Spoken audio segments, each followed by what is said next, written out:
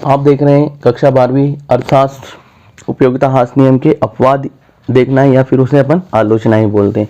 उपयोगिता हास नियम की आलोचनाएं या फिर अपवाद देख रहे हैं।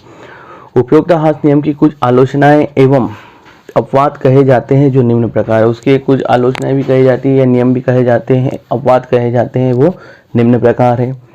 पहला, वस्तु की उपभोग इकाइयाँ बहुत छोटी होने पर नियम लागू नहीं होता है। वस्तु की उपभोग इकाइयाँ बहुत छोटी होने पर नियम लागू नहीं होता है। जैसे प्यासे व्यक्ति को बूंद बूंद करके पानी पिलाने पर उसकी उपयोगिता बढ़ती है, परंतु अपवाद सही नहीं है। हम यहाँ पहले ही मानकर चलते हैं कि उपभोग इकाइयों का आकार उपयुक्त होना चाहिए। उपभोग इकाइयों का आकार कैसा होना चाहिए? उपयुक्त होना चाहिए। प्यासे व्यक्ति को अगर बूंद बूंद करके पानी पिलाया जाता है तो उसकी उपयोगिता बढ़ती है, परंतु अपवाद सही नहीं है। हम पहले ही यह मानकर चलते हैं कि उपभोग इकाइयों का आकार उपयुक्त होना चाहिए। उपभोग इकाइयों का आकार कैसा होना चाहिए? उपयुक्त होना चाहिए। ठीक है, पहला पॉइंट आपको समझ में आ गया होगा। दूसरा पॉइंट है आपके पास में, दुर्लभ एवं शान शौकत वस्तुओं पर यह नियम लागू नहीं होता है।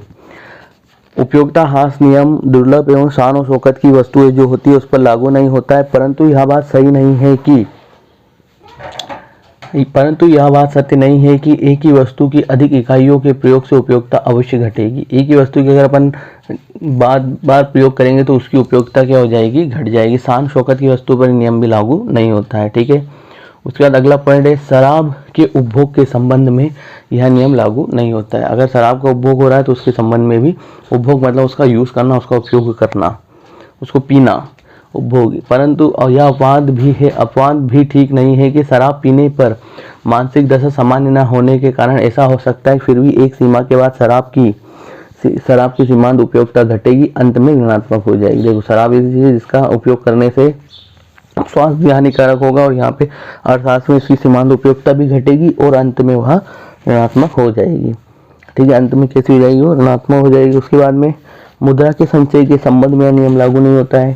अब मुद्रा का संचय के संबंध में नियम लागू नहीं होता है। जैसे जैसे व्यक्ति के पास धन आता है वह वैसे वैसे उसे अधिक प्राप्त करना चाहता है। जैसे उसके पास धन आता जाता है उसकी लालच बढ़ता जाता है और वह अधिक प्राप्त करना चाहता है। परंतु ध्यान रहे, मुद्रा से विभिन्न वस्तुएं खरीदी जा सकती है, जबकि नियम की मान्यता है कि आवश्यकता एक ही होनी चाहिए। नियम की मान्यता क्या है? आवश्यकता एक ही होनी चाहिए। इसके अतिरिक्त एक सीमा के पश्चात मुद्रा की सीमांत उपयोगिता भी घटती है। इसके क्या बता रहा है? इसके अतिरिक्त एक सीमा के पश्चात मुद्रा की सीमांत उपयोगिता भी घटती है। एक सीमा के पश्चात क्या होता है? मुद्रा की सीमांत उपयोगिता भी क्या होती जाएगी?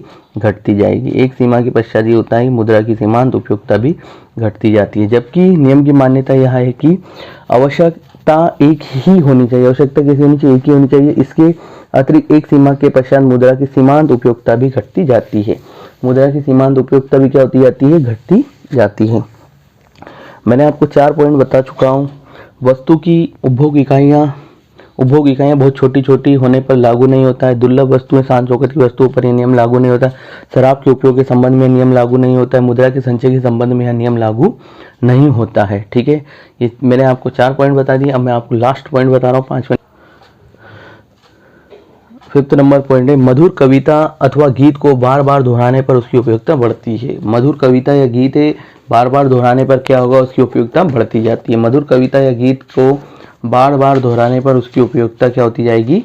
बढ़ती जाएगी। ठीक है, अब देखें आगे, सुंदर कविता को बार बार सुनने पर उपयोगिता घटने की वजह बढ़ती है। अब क्या बता रहा है? उपयोगिता घटने की वजह क्या होती जाती है? बढ़ती जाती है।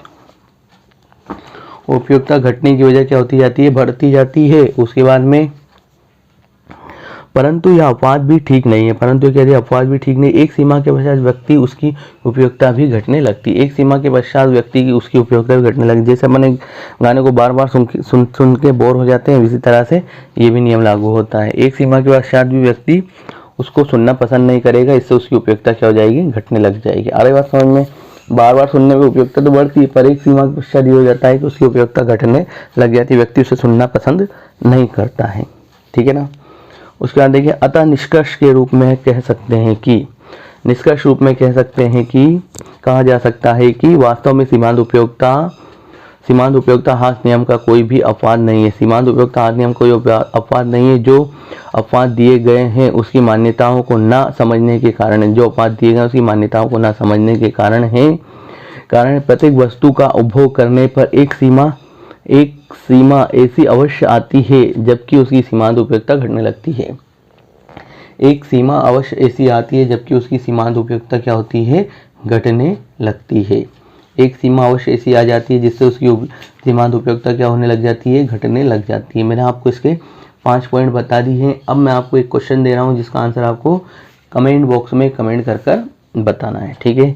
अगर अभी तक हमारे चैनल को जिन बच्चों ने सब्सक्राइब नहीं किया, सब्सक्राइब कर लें, लाइक करें, शेयर करें, अपने दोस्तों के साथ में दोस्तों को सेंड करें। आप देखिए क्वेश्चन है आपके पास में, कमेंट करके आंसर देना है इसका। एक फर्म एक उद्योग, एक फर्म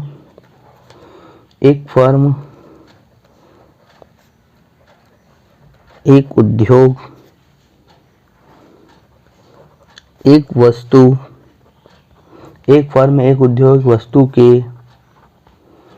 मूल्य का अध्ययन क्षेत्र है। एक वस्तु के मूल्य का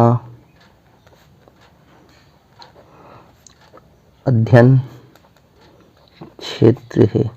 एक फर्म का, एक वस्तु का, एक मूल्य का अध्ययन क्षेत्र है।